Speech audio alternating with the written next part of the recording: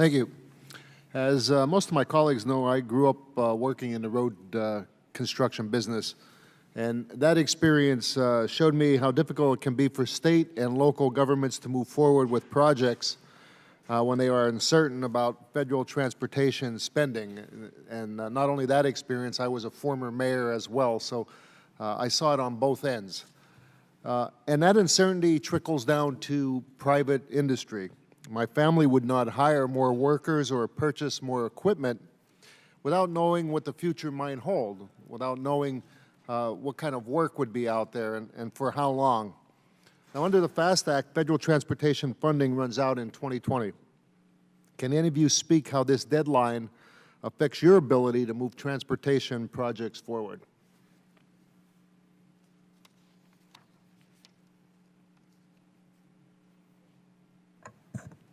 Congressman, thank you for the opportunity to address that question. From a transit agency's perspective, we do a very detailed long-range financial plan, a 20-year financial plan that assumes in some regards, and identifies all of our revenue and also identifies all of our expenses. So our projects are very specific. We make sure that we know what we can build, when we can build them, and that we can operate and maintain them once we can build them.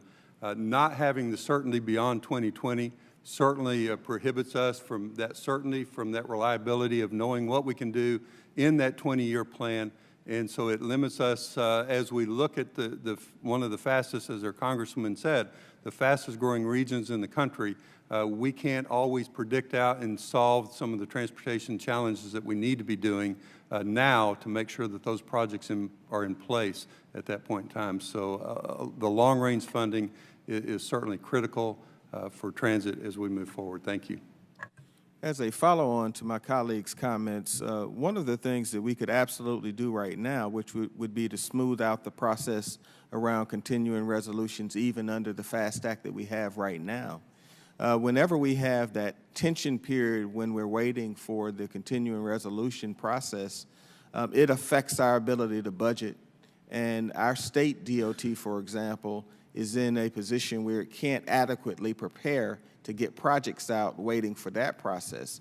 So that's something that's within the FAST Act structure right now that could help us push a great deal more dollars out to businesses to get folks working. Thank you. One of the biggest complaints I hear from people back home is that red tape and bureaucracy consistently hamper investment and innovation. Now, the FAST Act called for greater environmental streamlining to get needed projects to completion faster. Can any of you speak to the success of this attempt? Is it actually happening, or are permits still slow to be developed by stakeholder agencies? Congressman, as I mentioned in my comments, I really appreciate what has happened with streamlining and the effects that came out in the FAST Act and MAP 21. We still have some challenges. There are rulemaking processes that are still underway that we still don't have the rules in place, even after 5 years. But it's important that the rules come out right. We don't want them just to be expeditiously drawn up and be wrong. So we haven't felt all of the effects of your efforts and the rest of Congress's efforts to provide that streamlining, but we're hopeful that it does come to pass. Thank you. And just finally, there's no question we need to find a sustainable funding source for infrastructure. We can't keep pulling these rabbits out of our hat and these one-trick ponies or one-hit wonders, whatever we want to call them here in Washington. But we need a sustainable funding source. I support a user fee. I think it's one way that we can do that. What solutions do any of you have maybe for a sustainable revenue stream that we could put in the Highway Trust Fund to help the Highway Trust Fund? Congressman, Oklahoma is a member of what we call the Western Road Users Consortium. There's a group on the East Coast. Can you speak closer to the mic? Yes, sir. Sorry. Oklahoma is a member of the Western Road Users Consortium, and there's a group on the East Coast that is looking at what you call user fees, some sort of way to fund transportation beyond the consumption tax that I mentioned in my oral testimony.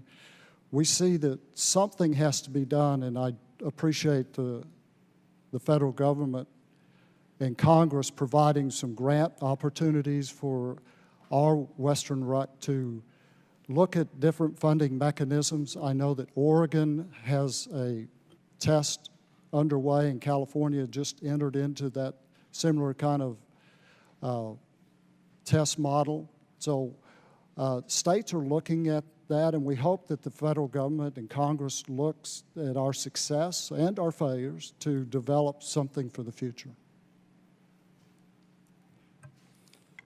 Last month, we also have visited with Representative Schuster and Ranking Member DeFazio to talk about their Penny for Progress proposal as a guide. Additionally, we really strongly believe that local governments and state governments that really put skin in the game ought to have a process where they have an advanced position in attracting federal capital. So how you all would structure that on a long-term basis, we would leave to the wisdom of this body. But when a local jurisdiction or a state's citizens raise their hand and say we're going to be first in on dealing with our own problems, we believe that that municipality or state should be in an advanced position and that significant points should be awarded to whatever pool of money you all ultimately make available for us to deal with some of these tough challenges. Thank you. Thank you, Mr. Chair.